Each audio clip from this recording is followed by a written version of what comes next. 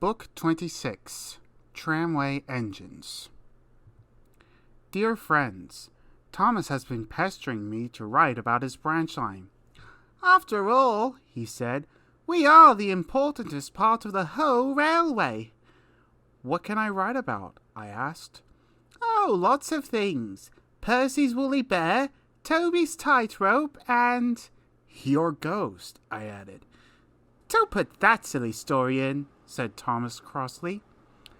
I will all the same. Thomas has been much too cocky lately. It will serve him right. The author. Ghost Train.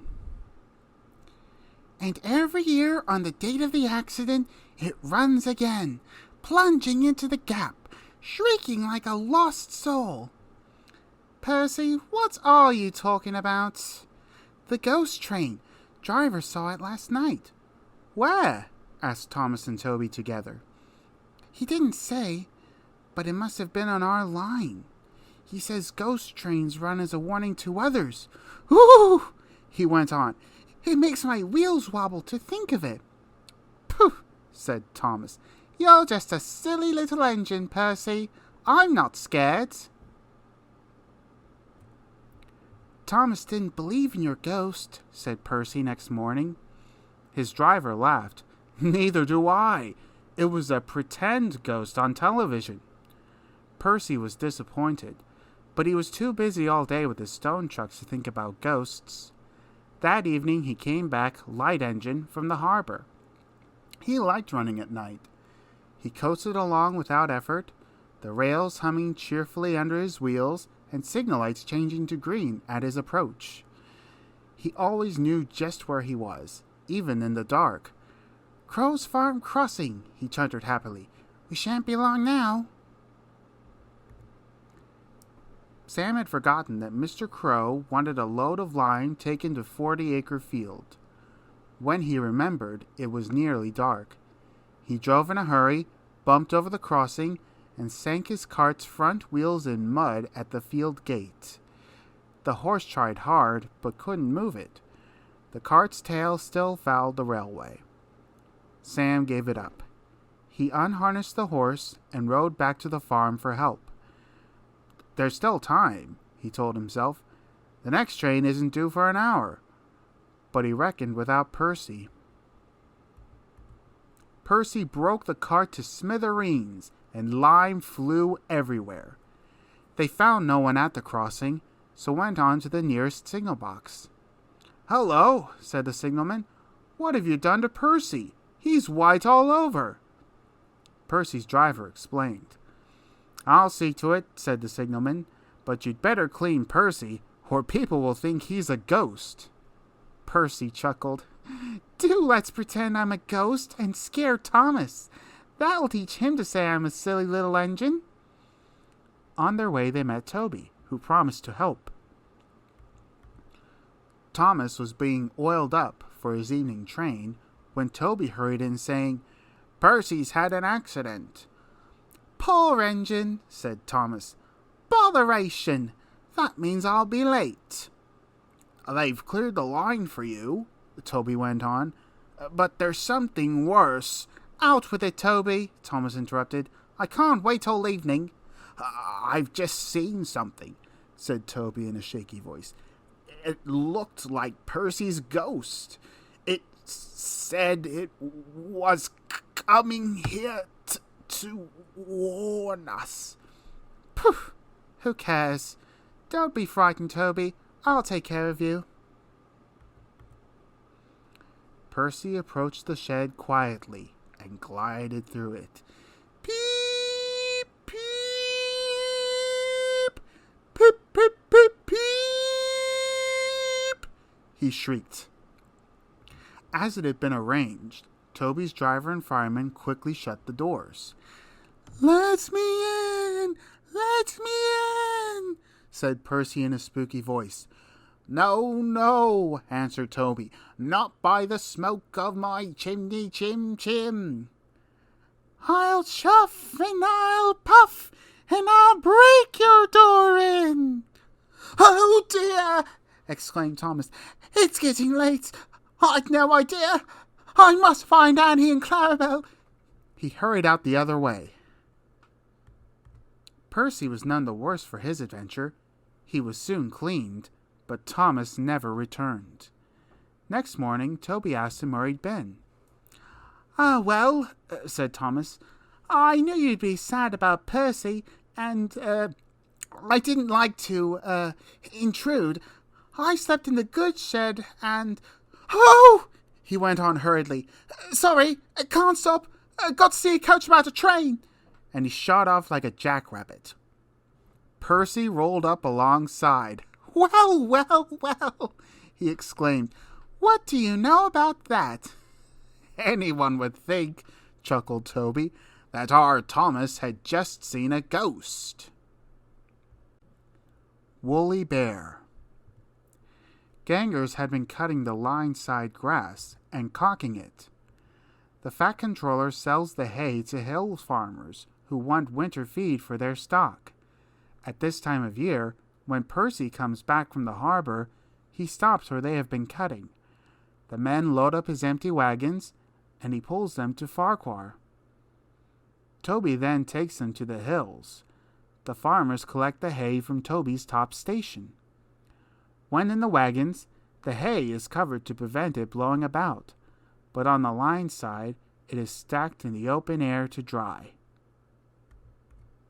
Wheesh! Percy gave his ghostly whistle. Don't be frightened, Thomas, he laughed. It's only me. Your ugly phiz is enough to frighten anyone, said Thomas crossly. You're like... Ugly indeed. I'm a green caterpillar with red stripes, continued Thomas firmly. You crawl like one too. I don't. Who's been late every afternoon this week? It's the hay. I can't help that, said Thomas. Time's time, and the fat controller relies on me to keep it. I can't if you call in the hay till all hours. Green caterpillar indeed, fumed Percy. Everyone says I'm handsome, or at least nearly everyone. Anyway, my curves are better than Thomas's corners. He took his trucks to the harbor and spent the morning shunting. Thomas says I'm always late, he grumbled. I'm never late, or at least only a few minutes. What's that to Thomas? He can always catch up time further on. All the same, he and his driver decided to start home early. It was most unfortunate that just before they did, a crate of treacle was upset all over him. They wiped the worst off, but he was still sticky when he puffed away. The wind rose as they puffed along. Soon it was blowing a gale. Look at that! Exclaimed his driver. The wind caught the piled hay, tossing it up and over the track. The gangers tried to clear it, but more always came. The line climbed here. Take a run at it, Percy, his driver advised. So, whistling warningly, Percy gathered speed. But the hay made the rails slippery, and his wheels wouldn't grip. Time after time he stalled with spinning wheels and had to wait till the line ahead was cleared before he could start again. The signalman climbed a telegraph pole, the station master paced the platform, passengers fussed, and Thomas seethed impatiently. 10 minutes late. I warned him. Passengers will complain, and the fat controller... The signalman shouted, the station master stood amazed, the passengers exclaimed, and laughed as Percy approached. Sorry, I'm late, Percy panted. So I should hope, scolded Thomas. But he spoilt the effect as Percy drew alongside. Look what's crawled out of the hay, he chortled. What's wrong? Asked Percy. Talk about hairy caterpillars, puffed Thomas as he started away. It's worth being late to have seen you. When Percy got home, his driver showed him what he looked like in a mirror. Bust my buffers! Exclaimed Percy. No wonder they all laughed. I'm just like a woolly bear. Please clean me before Toby comes. but it was no good. Thomas told Toby all about it, and instead of talking about sensible things like playing ghosts, Thomas and Toby made jokes about woolly bear caterpillars and other creatures which crawl about in hay. They laughed a lot, but Percy thought they were really being very silly indeed. Mavis. Mavis is a diesel engine belonging to the Farquhar Quarry Company. They bought her to shunt trucks in their sidings.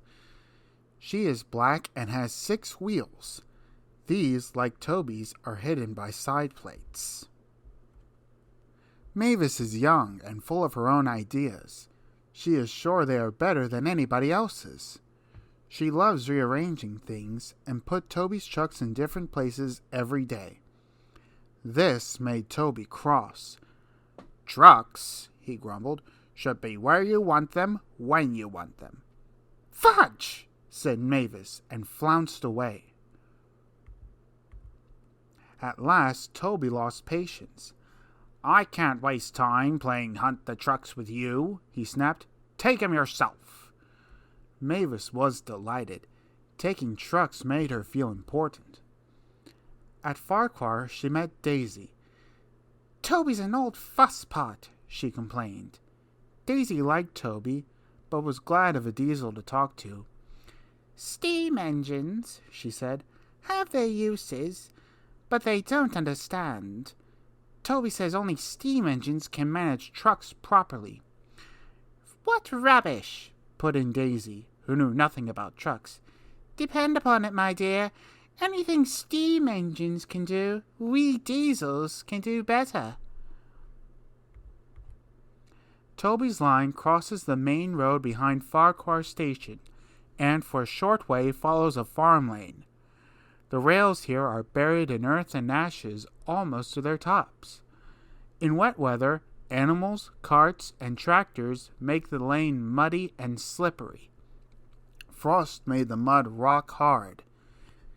It swells it, too, preventing engine wheels from gripping the rails properly. Toby found this place troublesome. So, when Frost came, he warned Mavis and told her just what to do. "I can manage, thank you," she said cheekily. "I'm not an old fusspot like you." The trucks were tired of being pushed around by Mavis. "It's slippery," they whispered. "Let's push her around instead." "On, on," they yelled, as Mavis reached the stop board. But Mavis had heard about Percy and took no chances. She brought them carefully to the lane and stopped at the level crossing. There, her second man halted the traffic while the guard unpinned the wagon brakes. "Wanted the headlamp for Fusspot Toby," she chortled. She looked forward to having a good giggle about it with Daisy. But she never got her giggle. She was so sure she was right that she'd stopped in the wrong place. In frosty weather, Toby stops before reaching the lane, and while some of his trucks are still on the slope. This ensures that they can't hold him back, and their weight helps him forward till his wheels can grip again. But Mavis had given the trucks the chance they wanted. Hold back!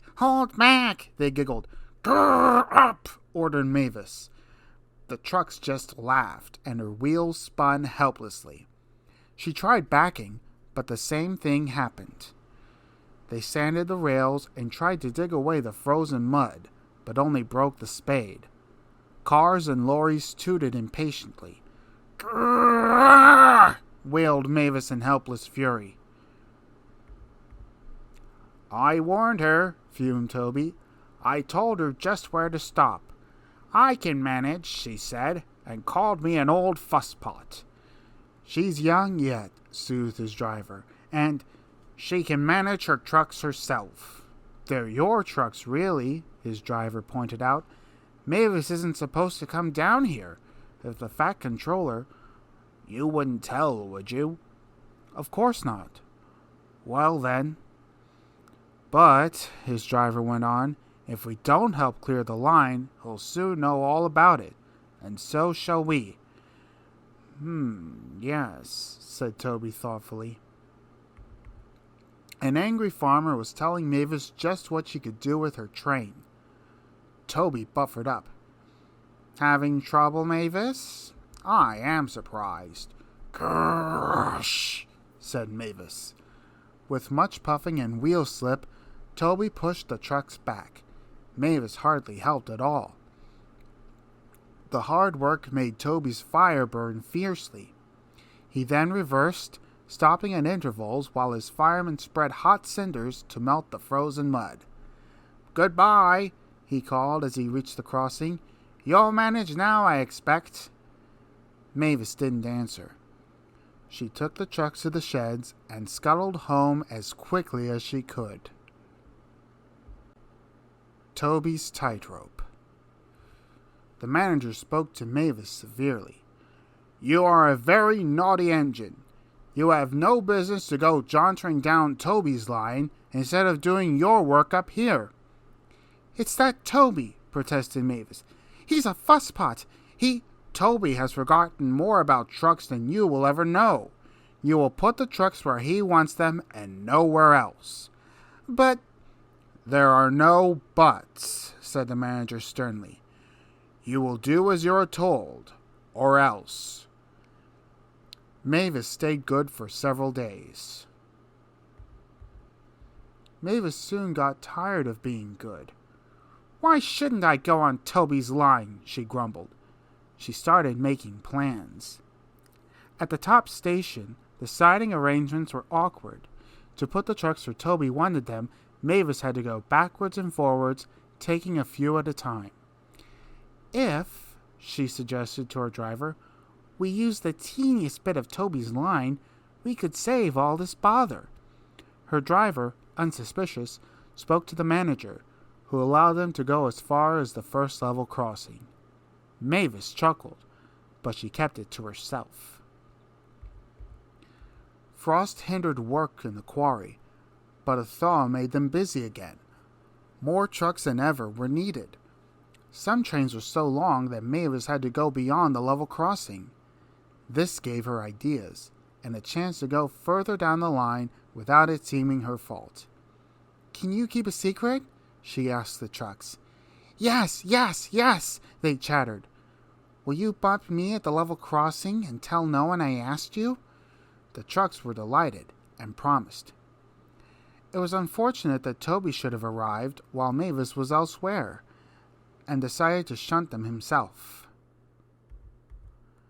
They reached the level crossing and Toby's brakes came on. This was the signal for the trucks. On! On! On! They yelled, giving him a fearful bump. His driver and fireman, taken unawares, were knocked over in the cab, and before they could pick themselves up, Toby was away, with the truck screaming and yelling behind him. What none of them realized was that with the warmer weather, melted snow from the mountains had turned a quiet stream into a raging torrent, and that the supports of the bridge they were approaching had already been undermined. Toby and his crew saw it together. The bridge vanished before their eyes, leaving rails like tightropes stretched across the gap. Beep, beep, beep, whistled Toby. His driver, still dazed, fought for control.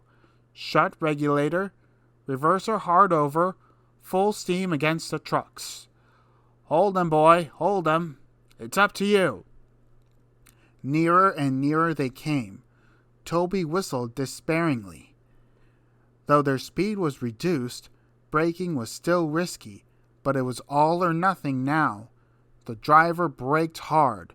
Toby went into a squealing slide, groaned fearfully, and stopped, still on the rails, but with his wheels treading the tightrope over the abyss. Mavis was horrified. She brought some men who anchored Toby with ropes while she pulled the trucks away. Then she came to the rescue.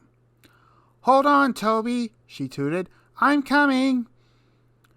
Ropes were fastened between the two engines. Toby still had steam and was able to help, so he was soon safe on firm track and saying thank you to Mavis. I'm sorry about the trucks, said Mavis. I can't think how you managed to stop them in time." "Oh, well," said Toby, "my drivers told me about circus people who walk tightropes, but I just didn't fancy doing it myself." The Fat Controller thanked the manager and his men for rescuing Toby from his tightrope. "A very smart piece of work," he said. "Mavis did well too, I hear." Mavis looked ashamed. "It was my fault about those trucks, sir," she faltered. "I didn't know. But if I could—" "Could what?" smiled the Fat Controller. "Come down the line sometime, sir. Toby says he'll show me how to go on." "Certainly, if your manager agrees." And so it was arranged. Mavis is now a welcome visitor at Farquhar Shed.